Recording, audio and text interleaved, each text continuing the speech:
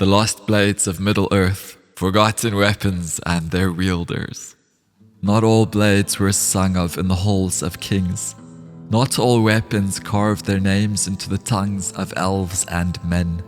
But the forgotten, the forgotten steel whispers louder than most.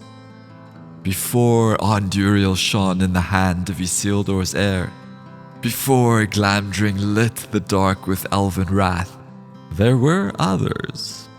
Blades now buried in time, forged in secret, wielded in silence, and lost to the ages that even the elves no longer name. The Red Blade of Caranthir, his was a blade of heat and hate, forged in the angry fires of Thangorodrim's stolen flame. The metal was dark, but veined with pulsing crimson that grew brighter with each drop of blood it spilled. Its crossguard jagged, like broken wings, and the pommel bore the sigil of Feanor's house, half melted by some forgotten battle. The sword burned in Caranthir's hand until the last days of the North. It was never named, and perhaps that's why it lingers still. Aranrúth, blade of elven kings. Aranrúth, king's ire, was wrought in the high forges of Doriath, its hilt carved from black hue and inlaid with silver veins.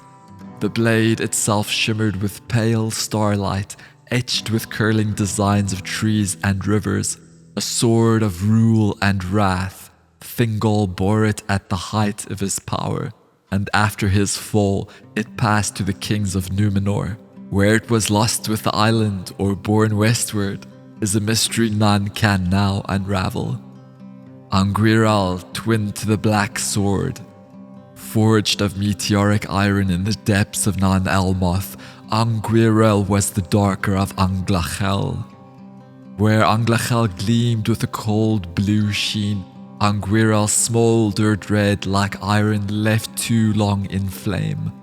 Its blade bore strange markings in a script older than Doriath, and it was said to sing faintly when drawn, like a voice calling from beyond. When Maeglin fled Gondolin, it vanished with him. Some say it lies entombed beneath the ash of that fallen city, still waiting. The black Fang of the East, the blade of the fallen Maia. This blade was not born, it was conjured, forged in the forges beneath the mountains of shadow. It was a gift to a Maia fallen far from the light of the west. It was no true steel, obsidian black, yet semi-transparent at its edges, like smoke turned solid. When drawn, the air turned cold. When swung, the blade left after images that crawled and whispered.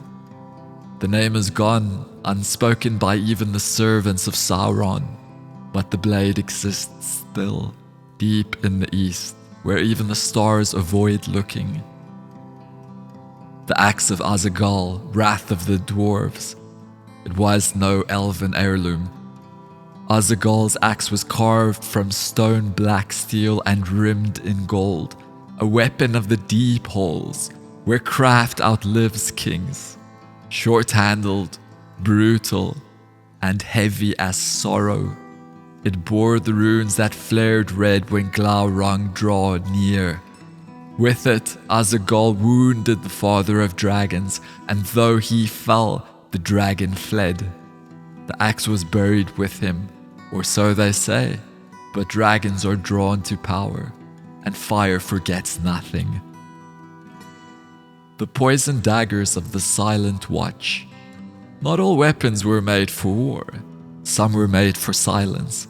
The Silent Watch, a secret order whispered of in Númenórean twilight, wielded curved daggers forged in twilight metal, etched with thin green veins that pulsed like veins under skin. Each blade was coated in venom that had no taste, no scent, and no cure. They were used not in battle, but in chambers, council halls, and beds. And when Númenor sank, the watch was drowned with it, or so the world believed. The the Shield of Bar-en-Danwedh, Guardian of Doom. Forged in the hidden forge of Aranrúth, the shield was never meant for kingship, but for survival. Its face was marked with the sigil of the House of Ransom, worn like a curse. Though battered and chipped, it bore an uncanny resilience, for it had turned aside blade, claw, and fang under Túrin's defiant guard. It was last seen as he strode alone toward Glaurung, and may lie still in the dust of that fatal hill. The Flame-Wreathed Glaive of the Easterling Kings. It was not made by elves or dwarves, but by fire priests from the far east. This glaive, long, curved, and wicked, was said to be quenched in dragon blood and wreathed in fire that would not consume. Its blade glowed as if lit from within, and smoke coiled along its edges like a serpent guarding its hoard. It was wielded by the High Kings of Rune during the War of the Last Alliance, and lost in the ashes of their rebellion. These are the weapons foretold by bards, but not by history. They sleep beneath ash and ruin, waiting for the hand that remembers.